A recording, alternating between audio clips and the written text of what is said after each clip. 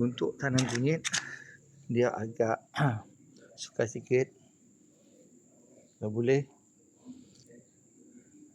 simpanan plastik, tak tempat redup, selalu percikkan air ataupun rendam stiker dan keluarkan dari plastik.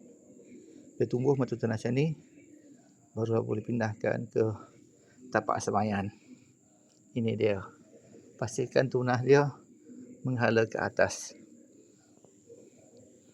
2-3 umbi yang dah tumbuh. Yang ni ada sikit.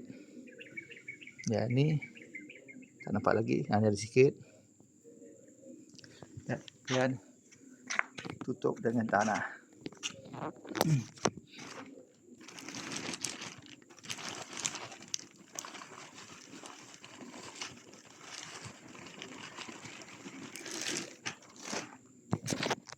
Tutup tanah humus.